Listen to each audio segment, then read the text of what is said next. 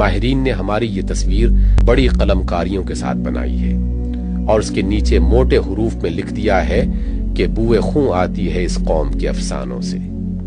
لطف یہ ہے کہ اس تصویر کے بنانے والے ہمارے وہ مہربان ہیں جو خود کئی صدیوں سے انتہا درجے کی غیر مقدس جنگ ان ہولی وار میں مشغول ہیں۔ ان کی اپنی تصویر یہ ہے کہ دولت اور اقتدار کے بھوکے ہر قسم کے اسلحے سے مسلح ہو کر قزاقوں کی طرح ساری دنیا پر پل پڑے ہیں اور ہر طرف سے تجارت کی منڈیاں، خام پیداوار کے ذخیرے، نو آبادیاں بسانے کی قابل زمینیں اور معدنیات کی کانیں ڈھونڈتے پھرتے ہیں تاکہ اپنی حرص کی کبھی نہ بجھنے والی آگ کے لیے ایندھن فراہم کریں۔ ان کی جنگ خدا کی راہ میں نہیں بلکہ پیٹ کی راہ میں ہے، ہوس اور نفس امارہ کی راہ میں ہے۔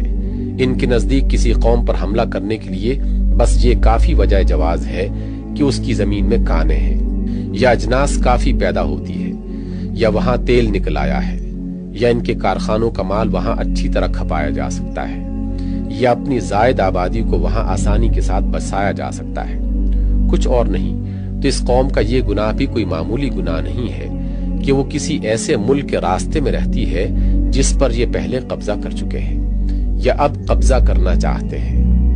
ہم نے تو جو کچھ کیا وہ زمانہ ماضی کا قصہ ہے اور ان کے کارنامے حال کے واقعات ہیں جو شب و روز دنیا کی آنکھوں کے سامنے گزر رہے ہیں۔ ایشیا، افریقہ، یورپ، امریکہ، غرض کرۂ زمین کا کون سا حصہ بچا رہ گیا ہے جو ان کی اس غیر مقدس جنگ سے لالازار نہیں ہو چکا؟ مگر ان کی مہارت قابل داد ہے۔ انہوں نے ہماری تصویر اتنی بھیانک اور اتنی بری بنائی کہ خود ان کی تصویر اس کے پیچھے چھپ گئی، اور ہماری سادہ لوحی بھی قابل داد ہے۔ جب ہم نے غیروں کی بنائی ہوئی اپنی یہ تصویر دیکھی تو ایسے دہشت زدہ ہوئے کہ ہمیں اس تصویر کے پیچھے جھانک کر خود مصوروں کی صورت دیکھنے کا ہوش ہی نہ آیا، اور لگے معذرت کرنے کہ حضور بھلا ہم جنگوں کے تال کیا جانے، ہم تو بھکشوں اور پادریوں کی طرح پرامن مبلغ لوگ ہیں۔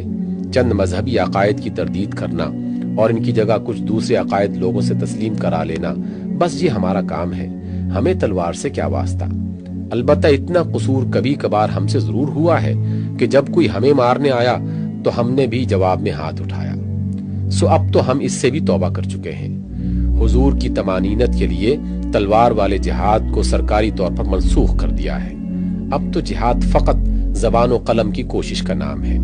تو پر بندوق چلانا سرکار کا کام ہے اور زبان و قلم چلانا ہمارا کام۔